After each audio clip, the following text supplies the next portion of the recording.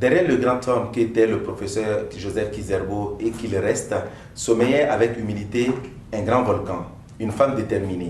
Notre invitée n'était pas que l'épouse du premier Africain reçu à l'agrégation d'histoire. Certes, Joseph Kizerbo lui a fait quelque peu de langue, mais peut-être pour mieux la protéger, nous le saurons davantage dans quelques instants. C'est une éducatrice, une panafricaniste, une militante engagée dans les rues de Ouagadougou le 3 janvier 1966 lors du soulèvement populaire que nous recevons aujourd'hui dans Leçon de vie. Le Zoom Portrait, merci de nous recevoir chez vous.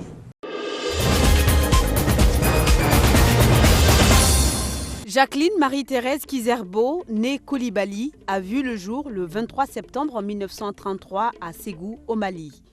Elle effectue ses études primaires et secondaires au cours normal de Markala et au lycée des jeunes filles de Bamako, où elle obtient le concours d'entrée à l'école normale de Rufisque au Sénégal en 1951.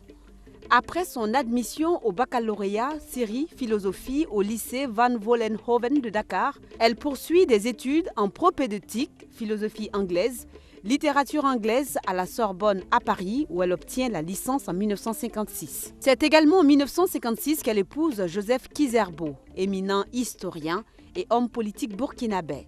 Engagés tous deux dans la lutte pour l'indépendance des pays africains, ils rejoignent la Guinée à l'appel du président Sékou Touré pour porter main forte à cet État nouvellement indépendant. À la proclamation de l'indépendance de la Haute-Volta, actuelle Burkina Faso, Jacqueline et Joseph Kizerbo sont de retour au pays. Jacqueline enseigne l'anglais au lycée Philippe Zenda Kaboré. En 1961, elle est nommée directrice du cours normal des jeunes filles de Ouagadougou, la première directrice africaine jusqu'en 1974. Dans cette pépinière de l'élite féminine, elle contribuera à la formation de plusieurs générations de filles du Burkina Faso. Des témoignages à ce sujet dans quelques instants. Jacqueline Kizerbo a également été membre de la Fédération des étudiants d'Afrique noire en France, membre fondateur du mouvement de libération nationale, membre fondateur de l'entraide féminine voltaïque et responsable de la presse syndicale. Madame Kizerbo servira dans des institutions internationales jusqu'en 1992, date à laquelle elle prendra sa retraite. Notre invitée dans Leçon de vie a reçu plusieurs distinctions honorifiques. Elle est chevalier de l'Ordre du mérite des arts, des lettres et de la communication avec agrafe littérature écrite et orale. Madame Kizerbo est par ailleurs commandeur de l'Ordre national. Richard Tiennet, Jacqueline Marie-Thérèse Kizerbo, mère de 5 enfants, est à vous.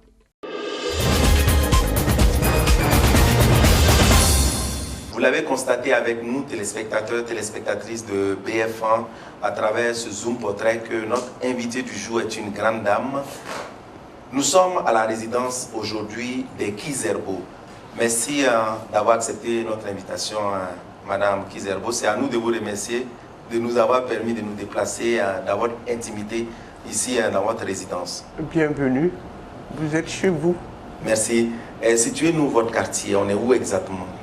Nous sommes à Koulouba, ancien secteur 4 et 5. Et bon, avec la nouvelle administration, ça a dû changer. Mais enfin, nous sommes à Koulouba, je crois que c'est reconnu comme tel. Et vous résidez dans un quartier assez calme. La cohabitation est-elle aussi pacifique avec les voisins, le voisinage? Oui, c'était un quartier assez calme avec les affaires étrangères, l'ambassade de Côte d'Ivoire, le délégué de l'Union européenne, le centre culturel américain. C'est quand même... c'était un quartier calme. Mais avec l'extension de la ville, maintenant, nous sentons qu'il y a des moments de pointe où on sent quand les gens descendent du travail ou vont au travail. C'est beaucoup plus bruyant. C'est beaucoup plus bruyant. On précise qu'il y a une rue qui passe devant chez vous, c'est la rue John Fitzgerald Kennedy. Et qui abritait l'ancien centre culturel américain. Exactement. D'accord. Et vous-même, vous allez bien? Moi, ça va très bien. D'accord. Vous allez, madame, me permettre de faire une entorse à la bienséance en abordant la question de votre âge. En septembre prochain, vous aurez 82 ans. Quel est le secret pour vous maintenir en bonne santé? Ça dépend de quelle bienséance. En Afrique, avoir 82 ans, c'est une bénédiction et on n'a pas peur de l'âge en Afrique. Donc c'est une question qui est tout à fait bienvenue et peut-être qu'il n'y a pas d'autre secret que de se maintenir dans des règles de santé, d'hygiène et d'alimentation sans trop d'abus, je dirais, de café, d'alcool et autres liqueurs. Donc c'est tout? C'est tout. Vous et faites... avec un régime alimentaire basé sur les produits africains, consommons national. Vous êtes à la retraite, il faut le préciser, depuis 1992. À quoi occupez-vous en ce moment votre temps? Bon, après la retraite, j'ai continué à travailler en tant que consultante sur des questions de développement. Mais actuellement, je crois que je mets l'accent sur le repos et puis les relations familiales et sociales. Les petits-fils, les petites filles? Il y en a une dizaine. Qui viennent côtoyer mamie presque tout le temps? Bon, ils ne sont pas tous là. Et avec la scolarisation aussi, ils ne sont pas tous toujours là. Ceux qui vous ont connu plus jeune disent de vous que vous étiez, je les prends au mot, une belle et élégante femme, élancée, svelte, la démarche presque arithmétique, c'est-à-dire bien synchronisée, qui impose à la fois le respect et la grâce féminine. Accordez-vous un peu de votre temps à votre paraître, au vu de cette définition qui nous est revenue? À une certaine époque de ma vie, je crois que j'ai prêté attention à mon physique sans jamais utiliser de fard ou même des bijoux précieux. Je crois que les seuls bijoux que j'utilisais surtout, c'était des colliers, des perles africaines. Je suis un peu allergique à l'or. C'est pour ça que je ne porte pas tellement de bijoux en or et même en argent. On a vu que vous êtes en termes de bijoux effectivement assez sobre. On se demandait, est-ce que c'est l'intellectuel qui dit mieux vaudrait prendre son temps pour nourrir l'esprit plutôt que de mettre l'accent sur le physique? Il n'y a pas de lien. Non, ça c'est pas un choix aussi délibéré que ça. Non, non, non. S'occuper de son physique, ça revient aussi à une responsabilité des intellectuels. Et comme je vous l'ai dit, à un certain moment, je me suis occupé de mon physique. Actuellement, bon. Un esprit sain dans un corps sain, comme les scientifiques aiment à le dire. Tout à fait. Alors, parlez-nous de votre enfance. On sait que vous êtes né à Ségou, au Mali. Qu'est-ce qui vous revient aujourd'hui en tête? Il vous arrive, quand vous êtes dans votre jardin, dans votre domicile, quelquefois d'avoir une certaine réminiscence. Qu'est-ce qui vous vient tout de suite en tête quand vous pensez à votre vie quand vous étiez gamine? Je suis né dans un quartier traditionnel de Ségou, le deuxième quartier, comme on l'appelle, et pas loin du fleuve Niger et pas loin non plus de la mission catholique. Et dans une autre direction, il y a la mosquée du vendredi. Donc c'est vraiment un endroit central et je pense que on dit que quand vous voyez le fleuve chaque jour, ça ajoute à la vie, à l'âge. Et je pense que j'ai bénéficié de cette influence du fleuve Niger. Donc de temps en temps, vous avez encore le bruit de l'eau qui coule dans les oreilles. Oui, et puis le chemin que je suivais pour aller à l'école de la mission catholique. De chez nous à la mission catholique, on devait passer par une allée plantée de caïl cédra. Vous savez que le caïl cédra, c'est l'arbre de la colonisation. Et il y avait une grande allée plantée de caïl cédra tellement haut et grand que quand on passait là, on avait vraiment un peu peur. Aujourd'hui, ces arbres ne m'intimident pas, mais du temps de mon enfance, j'avais peur. Après vos études primaires et secondaires au Mali, vous avez obtenu les tests d'entrée à l'école normale de Rufisque, c'est au Sénégal. Comment avez-vous vécu la séparation avec vos parents? Je précise pour ceux qui ne le savent pas que vous étiez alors la fille unique de Laza Coulibaly, qui lui se trouve être une grande figure historique du syndicalisme au Mali et également militant du Rassemblement démocratique africain, le RDA. Comment avez-vous vécu cette séparation, ce cordon ombilical avec la famille coupée? Oui, Laza Coulibaly est un mélange de tradition et très progressiste en même temps. De tradition, évidemment, je crois que quelque part, il ne s'est jamais consolé de n'avoir qu'une fille et que peut-être c'est pour ça qu'il voulait me donner une éducation correspondant à celle d'un garçon.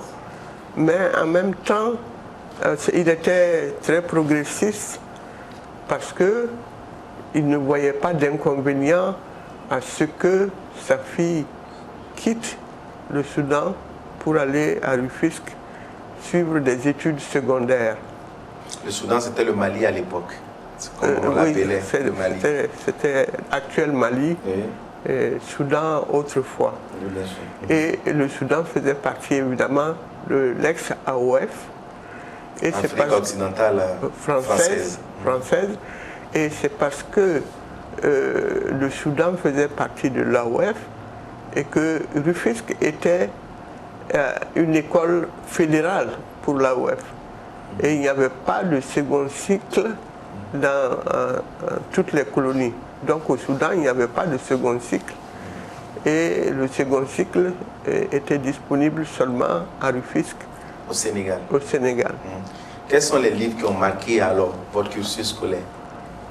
Comme livre de lecture, livre de loisirs, je me souviens par exemple des Hauts de Hurle-le-Vent et les textes de Chateaubriand et aussi les fables de La Fontaine qui, je pense, sont encore d'actualité aujourd'hui. Bien sûr. Nous le demandons pour nos jeunes frères parce que nous sommes certains qui s'intéressent à ce que vous avez lu et peut-être qu'ils iront vite à la bibliothèque après cet entretien. Alors, en 1956, vous épousez Joseph Kizerbo à Paris, en France. Comment est né le déclic? C'est deux intellectuels de haut rang qui se rencontrent, qui se disent on partage les mêmes goûts pour la lecture, on partage les mêmes goûts pour tout ce qui est engagement syndical, peut-être politique. Qu'est-ce qui vous amène à vous aimer? Oui, la rencontre c'est en fait à Bamako, à la mission catholique. Et Joseph Kizerbo venait de France pour aller en Haute-Volta. Et la Haute-Volta faisait partie du Soudan, enfin à Tougan, qui faisait partie du Soudan français. Donc il est passé par Bamako. Et c'est là en tout cas, il a dû m'apercevoir à la cathédrale, à la sortie de la messe, et peut-être il a demandé aussi à un de ses amis, le révérend Père Bouvier, qui était un grand sportif d'ailleurs. Aujourd'hui, il y a un stade Bouvier à Bamako. Donc, il a pris des renseignements, et c'est comme ça qu'il a retrouvé ma famille et mon père, et que, bon, après le baccalauréat, comme lui, il était déjà en France, j'ai obtenu une bourse pour aller à la Sorbonne et faire des études d'anglais. Ça veut dire c'était une relation sérieuse dès le départ, avec les contacts noués à travers un religieux, Voilà. premier contact, Ouais. et les parents qui dans leur mot aussi a dit. Voilà. C'est pourquoi peut-être que ça a duré autant, paix à son âme, jusqu'à la fin de ses jours, vous êtes restés toujours unis. Vous l'avez suivi partout, presque, on va dire. Ouais. Vous étiez tous deux des panafricains engagés. Quant à Guinée, Sékou Touré, précisément le 26 août 1958, dit « Nous préférons la pauvreté dans la liberté à l'opulence dans l'esclavage ». Vous entendez ce message et vous décidez d'aller porter, d'aller faire valoir votre expertise dans ce pays qui réclamait ses fils, les Africains. Parlez-nous de cette expérience avec le non-référendum de la Guinée à l'époque. Oui, il faut peut-être vérifier les dates. Hein. Il me semble que c'est plutôt le 28 septembre 1968. 1958. 1958, Oui. qui a eu la grande question du général de Gaulle aux colonies, de choisir entre la communauté franco-africaine, mais nous on appelait ça la communauté franco-française, et l'indépendance. Et à cette époque, seuls les dirigeants africains, Sékou Touré a eu l'audace de répondre non. Oui. Et comme nous-mêmes, déjà, en tant que militants de la FEANF, nous recommandions l'indépendance, évidemment, nous étions au pied du mur. On ne pouvait pas avoir lutté pour l'indépendance et ne pas répondre à l'appel de Sékou Touré. Et vous êtes allé exactement dans quel but, au-delà de l'engagement politique ou syndicaliste?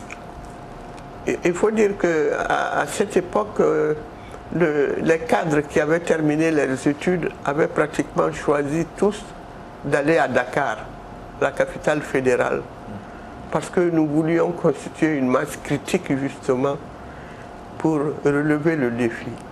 Donc, quand Sékou Touré a envoyé son ministre de la Jeunesse à Dakar pour nous demander de venir, la plupart d'entre nous, nous avons répondu présent. Et nous avons répondu présent non seulement pour la Guinée, mais pour les autres colonies qui malheureusement n'avaient pas répondu, n'avaient pas choisi l'indépendance à cette époque. Votre union avec le professeur Joseph Kizerbo est né 5 enfants. Nous avons rencontré 3 de vos progénitures. Vous voulez savoir ce qu'ils pensent de vous? C'est maintenant dans la rubrique Avis.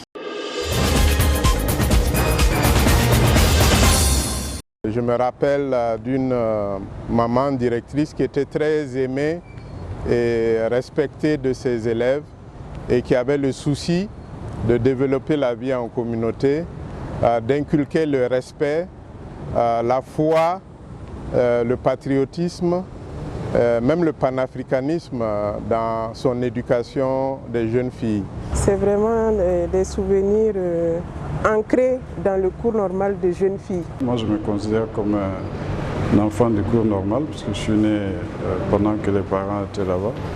Et nous avons quitté quand j'avais 12 ans. Mais c'était un grand espace au sens physique du terme, et c'était aussi un espace très ouvert d'abord sur l'éducation et aussi sur toutes les activités des parents. C'est une mère qui était très portée sur le développement de ses enfants, mais les enfants pris au sens africain, puisque tous ceux qui venaient à la maison et qui avaient notre âge devenaient ses enfants. Donc elle avait une tradition de vie communautaire, mais elle attendait beaucoup de nous. Elle était très exigeante pour les études, pour la discipline. L'éducation était vraiment à l'ordre du jour. Je crois que le professeur Joseph Kizerbo l'a dit ensuite, ça a été le titre d'un de ses livres, « Éduquer ou périr ». Donc ils étaient éducateurs vraiment à 100% au moins. Elle était très occupée dans son rôle de directrice Mais il m'arrivait souvent d'aller dans son bureau, il y avait un petit espace un peu isolé, pour terminer mes devoirs et lui montrer mes réponses pendant qu'elle continue à faire son travail. Et je vous assure qu'il valait mieux que les réponses soient bonnes. La maman n'acceptait pas le mensonge, en particulier chez ses enfants. Je te remercie pour ce que tu as fait à l'échelle familiale, communautaire, à l'échelle nationale et pour cet engagement pour l'Afrique, pour toutes les femmes de l'Afrique et pour les hommes, parce que tu as travaillé avant que ce ne soit un slogan pour le genre. Comme vous-même vous l'avez dit, papa et toi, chaque génération a des pyramides à bâtir. Merci vraiment du fond du cœur et que Dieu te garde. Merci pour le savoir-faire, mais surtout pour le savoir-être que tu as inculqué à tes enfants et à toute la communauté des enfants que tu as encadrés. Tu nous as appris à nous dépasser dans toutes les dimensions de la vie et tu as été un modèle et un exemple au cours normal et bien au-delà. Merci et que Dieu te bénisse. Je voudrais t'assurer que ce que tu as fait pour les filles du cours normal, tu l'as fait pour nous aussi. Et nous en sommes si fiers et nous espérons pouvoir transmettre ce que tu nous as donné avec papa aux générations qui arrivent. Nous sommes de retour sur le plateau. Nous avons eu la chance d'avoir vos enfants qui sont quand même pris et qui ont accepté volontiers de faire ce témoignage. Vous avez certainement un avis à donner devant tout ce que vous venez d'entendre. Quelle est votre réaction? Je suis impressionné par leur analyse de la vie que nous avons menée avec eux. En fait, nous étions des parents très occupés par ailleurs. Et parfois, j'avais peur que nos enfants finissent par nous en vouloir, de nous occuper de tellement de choses et de ne pas nous occuper assez d'eux-mêmes. Donc, ils ont bien compris que ce qu'on faisait par ailleurs, c'était aussi pour eux et pour les enfants du pays et de l'Afrique. Ils ont compris qu'ils ont baigné là-dedans carrément, l'ambiance du cours normal des jeunes filles de Ouagadougou, l'actuel lycée Nelson Mandela. Nous y reviendrons, mais avant, pour entrer dans cet univers qui vous est cher, parce que certains disent de vous que vous êtes une psychologue, une sociologue, mais vous préférez le terme éducatrice. Tout à fait. Allons vers des gens qui vous connaissent en tant qu'éducatrice et c'est maintenant.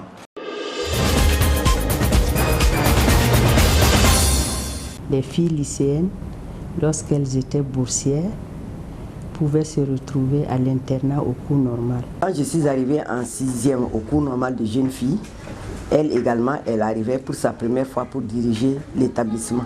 Et elle était même notre professeure d'anglais et elle était la directrice en même temps. Et nous avons remarqué que notre directrice, quand bien même elle était sévère, elle est restée une femme droite et juste. Madame Kizerbo, c'est ma grande sœur extraordinaire.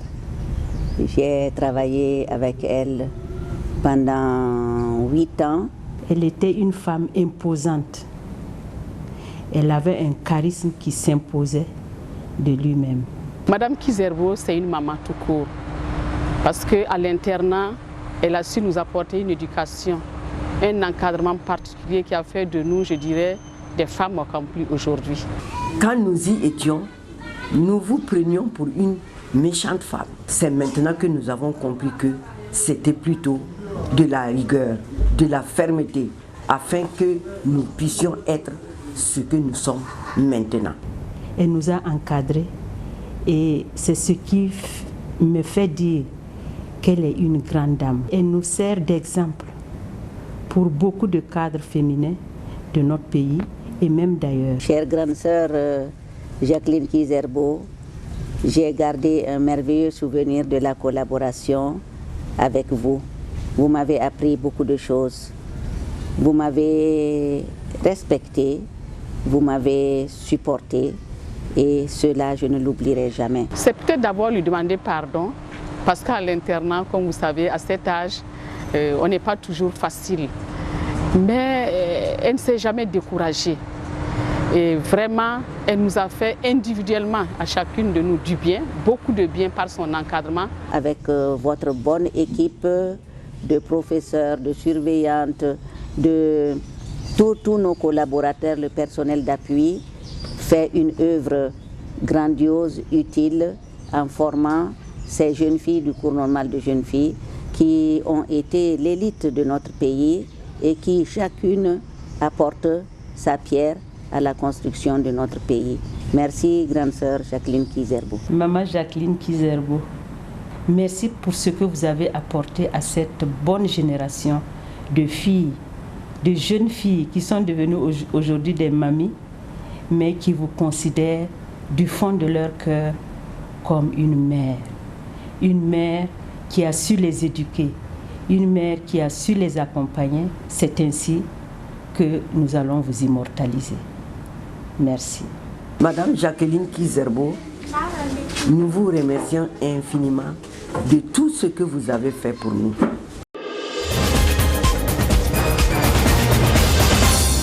Assez émouvant, n'est-ce pas, d'entendre autant de témoignages.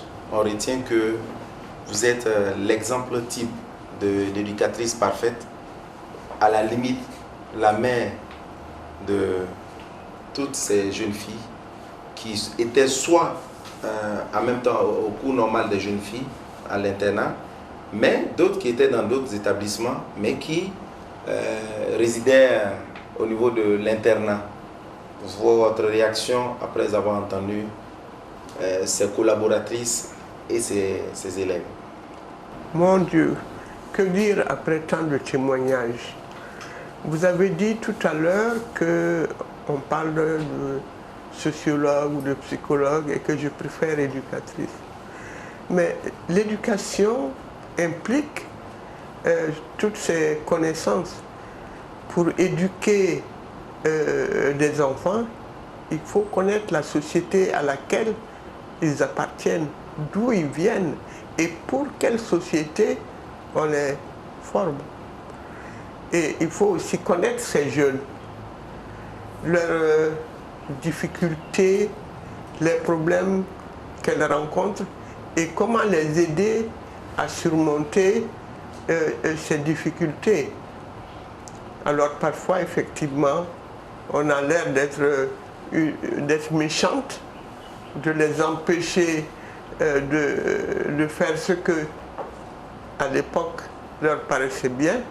Et aujourd'hui, elles reconnaissent que tout ça, c'était un peu dans leur intérêt à elles et dans l'intérêt de leur famille future.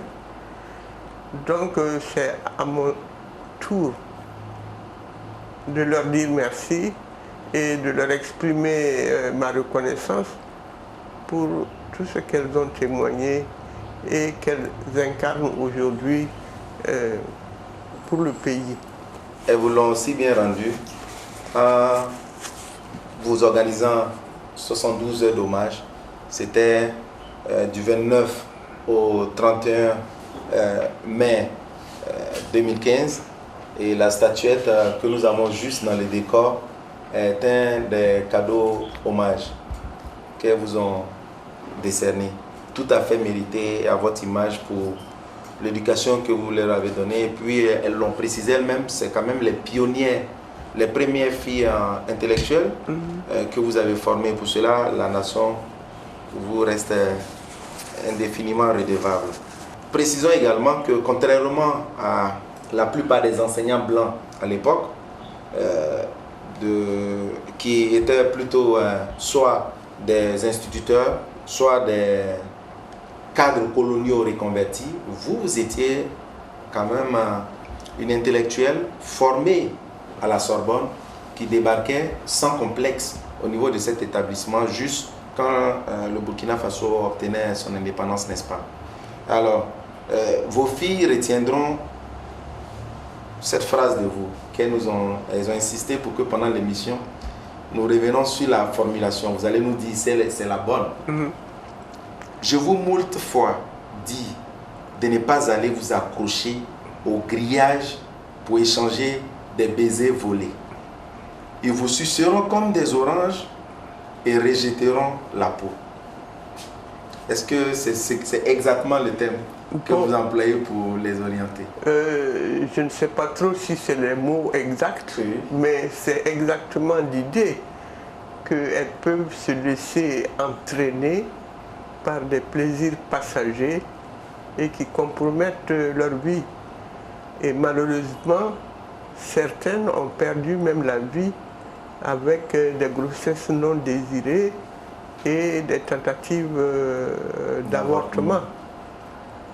Et c'est pour ça que, un peu dans le cadre de tout ce qui s'était passé dans l'année internationale de la population, avec tout ce qui a été dit sur l'éducation sexuelle et la planification familiale, nous avons insisté pour que les jeunes filles reçoivent une éducation dans ce domaine-là aussi, et qu'elles ne soient pas des victimes faciles. Revenons un peu sur des aspects de votre vie. On connaît l'éducatrice, on ne sait pas, beaucoup ne savent pas peut-être grand-chose de la femme syndicaliste engagée auprès de son homme. On sait que par exemple avec votre époux et d'autres camarades bien entendu, vous créez à Dakar en 1957 le mouvement des libérations nationales, MLN, obligé de vivre dans la clandestinité parce que le multipartisme n'existait pas à l'époque. Qu'est-ce que vous faites vu que le parti est créé? Qu'est-ce que vous faites exactement sur le terrain? Nous avons créé, je pense, en France, le mouvement de libération nationale. Au-delà de la Haute-Volta et du Soudan français, il y avait des Sénégalais, des Béninois, des Mauritaniens. C'était vraiment la dimension fédérale de l'époque. Et à ce moment-là, qu'est-ce qu'on fait? Bon, on est à l'écoute puisque c'est la grande période entre 56 et 58 où la question de l'indépendance va se poser. Donc, nous décidons d'aller à Dakar, justement, comme je l'ai dit tout à l'heure, pour relever le défi de l'indépendance et nous apprêter à lutter pour cette indépendance-là. Donc, c'est là que l'appel de Sékou Touré va nous trouver et qu'on ira ensemble en Guinée-Conakry. Et on dit également de vous que vous étiez une des militantes engagées dans les rues de Ouagadougou. Notamment, on vous a aperçu en janvier 1966 lors des événements pré-soulèvement populaire. Vous avez même été interpellé et vous avez été libéré quelques heures après.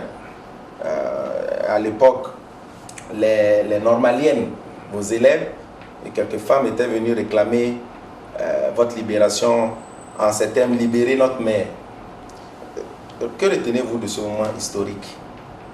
Parlez-nous en quelques mots de ce moment. Je voudrais d'abord préciser que, en ce qui concerne les normaliennes, une de mes grandes préoccupations au cours normal, c'était de respecter la neutralité scolaire, de ne pas endoctriner les élèves. Les élèves, d'accord. Leur donner l'information. Et c'est parce qu'elles étaient venues à la clôture, au bord de la rue qui mène du cours normal à la gendarmerie, qu'elles m'ont vu entre les gendarmes et qu'elles ont su que j'avais été arrêté. Donc il n'y a eu aucun travail d'endoctrinement ou de mobilisation de notre côté. La précision est importante. D'accord. Et elles ont demandé qu'on vous libère. Ouais. Parlez-nous de ce moment. Vous, femme dans la rue de Ouagadougou, à une période où dans les environs, les nouvelles qui venaient des pays voisins, les soulèvements du genre étaient réprimés, les gens tombaient, les forces de l'ordre ou de sécurité n'hésitaient pas à employer les armes. Est-ce que vous n'avez pas eu quelques appréhensions en sortant dans la rue comme ça? Non, parce qu'à l'époque, moi, mon engagement était profondément syndical. D'abord, j'étais responsable de la presse syndicale. On avait un journal qui s'appelait La Voix des enseignants. Donc, convaincu de l'importance de cet engagement, il n'y a eu aucune crainte. Et c'est vraiment dans la sérénité que nous nous sommes engagés avec les autres militants dans la rue pour le 3 janvier 1966, mais surtout du côté syndical. Est-ce que quand vous vous remémorez votre passé, vous n'avez pas l'impression que votre époux vous a fait quelque peu ombrage, vous a fait de l'ombre? Est-ce que c'était, comme nous l'indiquons en guise d'introduction de cette émission, est-ce que c'était quelque part pour vous protéger, vous?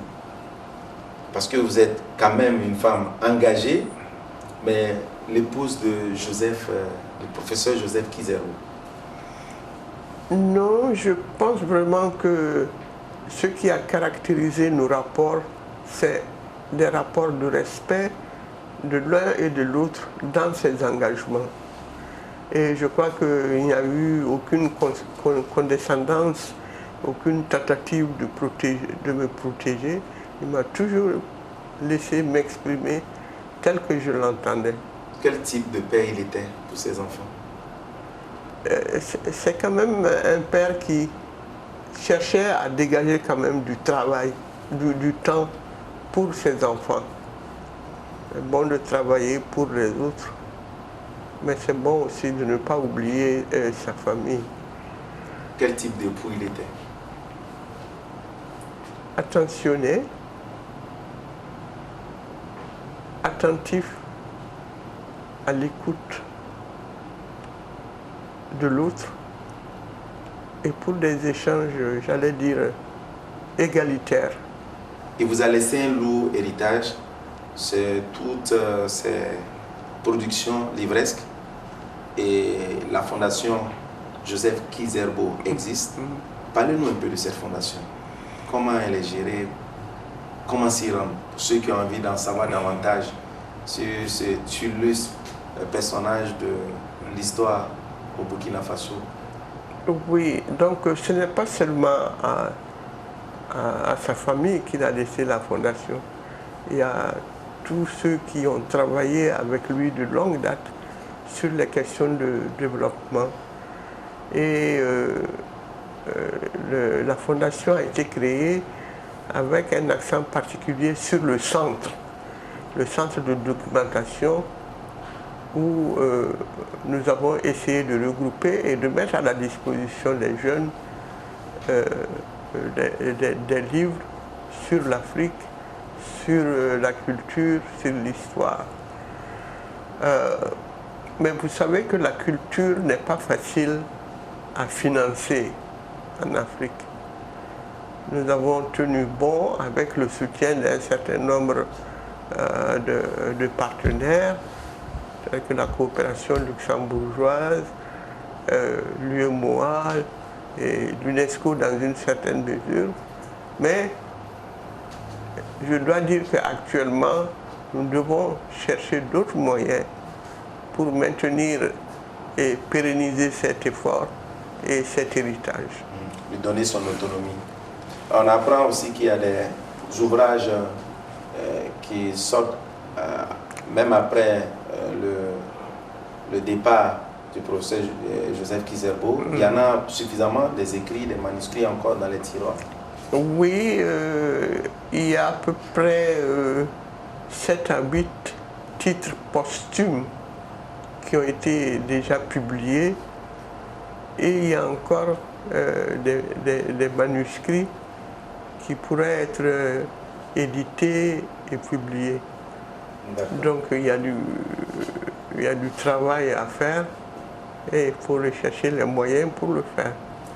Il faut que ces moyens-là, on les trouve. En tout cas, un appel est lancé à tous ceux qui peuvent d'une manière ou d'une autre aider la Fondation Joseph Kizerbo. Et pour ceux qui veulent des informations, comment se rendre au niveau de cette fondation, nous avons un numéro qui s'affiche tout juste en ce moment même au bas de votre écran.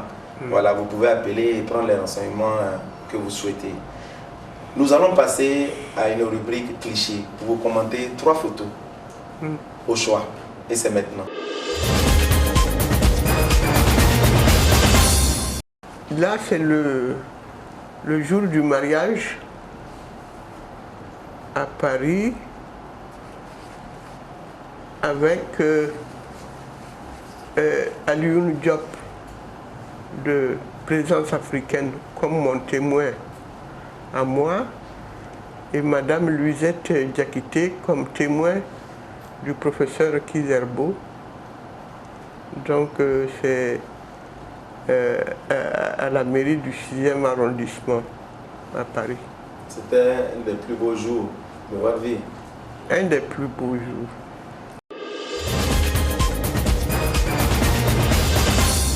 Là, c'est le père de famille avec 4 des enfants. Donc Georges, Charles, Lazare et Béatrice, la dernière. Cette photo a été prise à la maison, sans doute que Françoise l'aînée et moi-même, nous étions occupés ailleurs.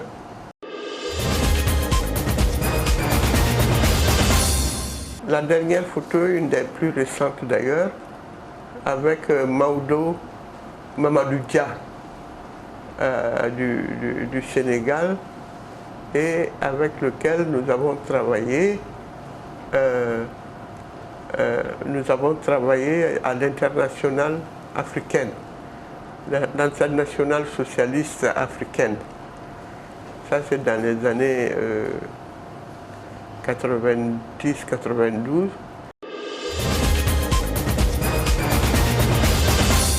Nous sommes presque au terme de cette émission.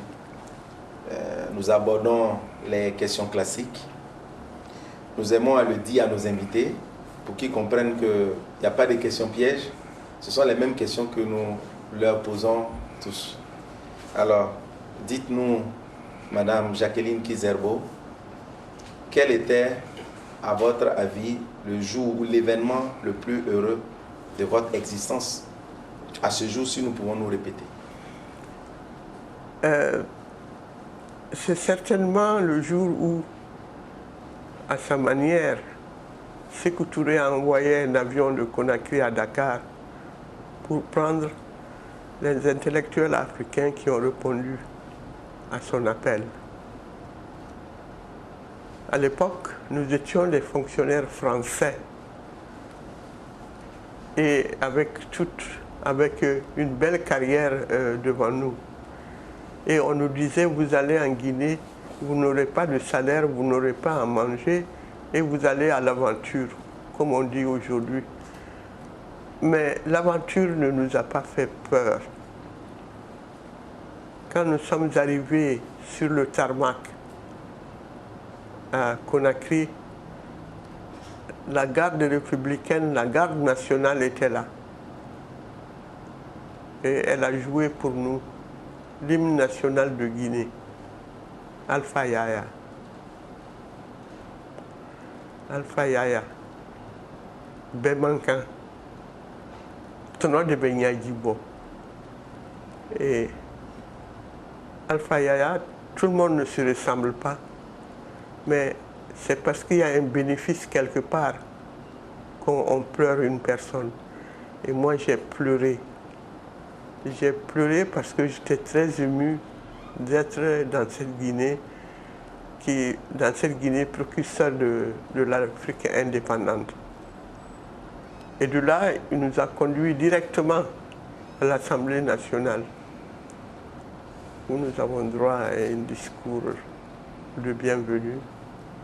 Et nous avons été ensuite confiés à des familles guinéennes. On ne nous a pas envoyés à l'hôtel. Non, nous étions chez nous, dans des familles. Alors ça, c'est vraiment un jour que je n'oublierai jamais. Il y a eu ces moments heureux et des moments difficiles. La période la plus douloureuse, c'est pratiquement presque les 10 années que nous avons dû payer, passer à l'extérieur, loin de nos parents, de nos amis et de toutes nos connaissances, et qui en fait un trou dans notre histoire. Et pendant cette période, ma belle-mère, la mère de Joseph Kizerbo, est décédée et nous n'avons pas pu venir à son inhumation. Voilà, à ses obsèques et à ses funérailles. Ça vous a beaucoup marqué? Tout à fait. Okay. Quelles sont les facettes de votre vie que vous regrettez? C'est un peu peut-être la séparation de mes parents. J'avais deux parents qui avaient des caractères très affirmés. Mon père syndicaliste, mais ma mère aussi était une femme forte. Et je crois que ils ont dû se séparer. Et là, moi, j'ai un peu grandi entre eux deux. L'un croyant que je préférais l'autre et l'autre pensant que je préférais. Mon père me disait toujours, je sais que tu préfères ta mère, mais c'était pas du tout ça. Je l'aimais bien aussi. Mais j'aimais aussi ma mère. C'est difficile, on ne peut pas faire le choix entre les deux parents. Si vous deviez reprendre votre vie, quelle est sa facette que vous auriez souhaité voir changer? Non, moi je crois que j'ai eu beaucoup de grâce, beaucoup de bénédictions et... La bénédiction du fleuve Niger? La bénédiction du fleuve Niger le matin, et je pense que je remercie Dieu pour tout ce qu'il a fait jusqu'à présent. D'accord. Quel est le trait de caractère chez vous que vous-même vous n'appréciez pas? Peut-être la rigueur et la tendance à être particulièrement exigeante pour les autres et peut-être pour moi-même. D'accord. C'est normal, vous êtes éducatrice. Devant une difficulté quasi insurmontable, que faites-vous? Il faut rester ferme, se mettre debout, ceindre les reins et, comme disait le professeur, lorsque dans une situation donnée qu'on peut comparer à des braises, vous avez sauté dans le feu, il vous faut un deuxième saut pour sortir des braises. D'accord. Vous êtes croyante? Tout à fait. J'ai été baptisé chrétien catholique à ma naissance.